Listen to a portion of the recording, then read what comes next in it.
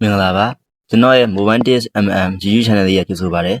ကျွန်တော်အခုတစ်ခေါက်ပြပေးချင်မှာက Gmail account နဲ့ Google Authenticator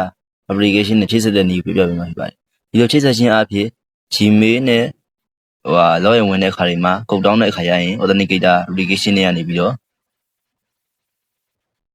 အကုတ်ကိုယူပြီးတော့ကိုသွားခြင်းနဲ့app ထဲကိုထည့်ပေးလိုက်ရုံပါပဲဒီလိုလုပ်မှဆိုရင်တော့အရင်ဆုံး Authenticator application ကို Play Store မှာ download ရမယ် Play Store မှာ download တာကျွန်တော် download မိသားမှမပြတော့ Play Store မှာ download တာကဗီဒီယိုများတဲ့ download တဲ့အတွက်ကိုကျွန်တော်မပြတော့ပါဘူးဒါပေမဲ့ Play Store မှာ download ပြီးရင် Gmail ထဲဝင်ပြီးလို့ရှိရင်ကိုချိတ်ရှင်တဲ့ Gmail ရဲ့ manage your Google account ထဲကိုဝင်ပြီးလို့ရှိရင်အောက်ကိုနည်းနည်းဆွဲ security ရ sign in ထဲကိုဝင်ပြီးလို့ရှိရင်အောက်ကိုထပ်ဆွဲဖို့လို့ရှိရင်ဒီမှာကျွန်တော်က Authenticator ဆိုရဲအဲ့ချိတ်ပြီးသားမှလည်းမပေါ်နေတာမချိတ်ကတည်းကမပေါ်ဘူးကျွန်တော်ခဏဖြုတ်ပြီးတော့ပြန်ပြီးချိတ်ပြမယ်နော်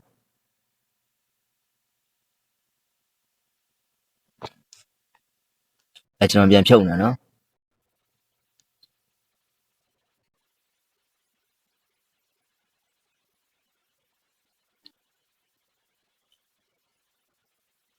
ဒီလိုဖြုတ်ပြီးသားဆိုလို့ရှိရင်ဒီလိုမျိုးပေါ်နေမှာပေါ်လို့ရှိရင်အောက်မှာဆုံးမှာ QR code ပုံစံလေးနဲ့ Authenticator ဆိုတဲ့ပုံလေးပေါ်နေမယ်အဲ့ဒါလေးကိုချက်နေမယ်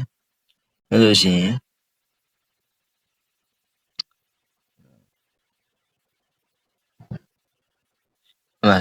plus ပုံစံလေးနဲ့ second Authenticator လို့ပေါ်နေမယ် Authenticator ကိုဆက်နေမယ်နှိပ်ပြီးသွားလို့ရှိရင် QR code နဲ့ပုံစံမလုပ်ပါဘူး QR code နဲ့လုပ်တဲ့ပုံစံနည်းနည်းလေးခက်ပါနော် scan is ကိုနှိပ်လိုက်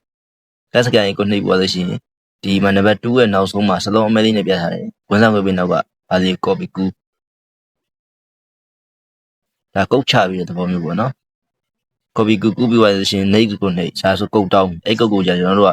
Google Authenticator တွေကနေဒီ Authenticator ပေါ့ Google ရပဲထုတ်တာ Authenticator တွေကနေပြီးတော့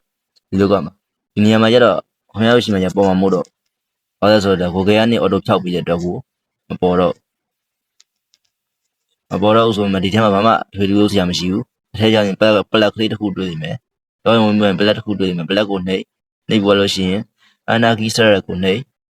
ပြီးတော့ကုန်နေနေရာမှာကိုထည့်နေတဲ့မျိုးထည့်ကိုချိတ်ချင်တဲ့ဒီမီ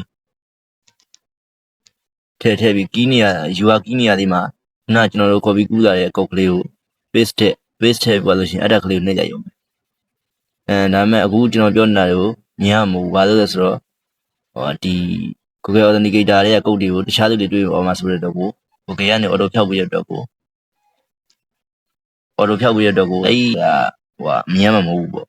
ပေမဲ့အဲ့ဒါပါပဲအဲ့ဒါပြီးလို့ရှိရင်လူနှုတ်ကချိတ်သွားပြီအဲ့ဒီကုတ်ကို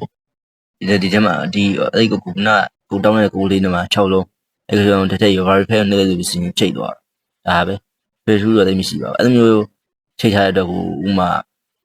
Google Gmail တဲ့ကိုကုန်းမကြတဲ့အခါမျိုးတွေရှိတယ်ကျွန်တော်မြန်မာနိုင်ငံအတွက်ကိုလည်းအဲ့လိုမျိုးကုန်းမကြတော့ဘူးလို့ပြောတယ်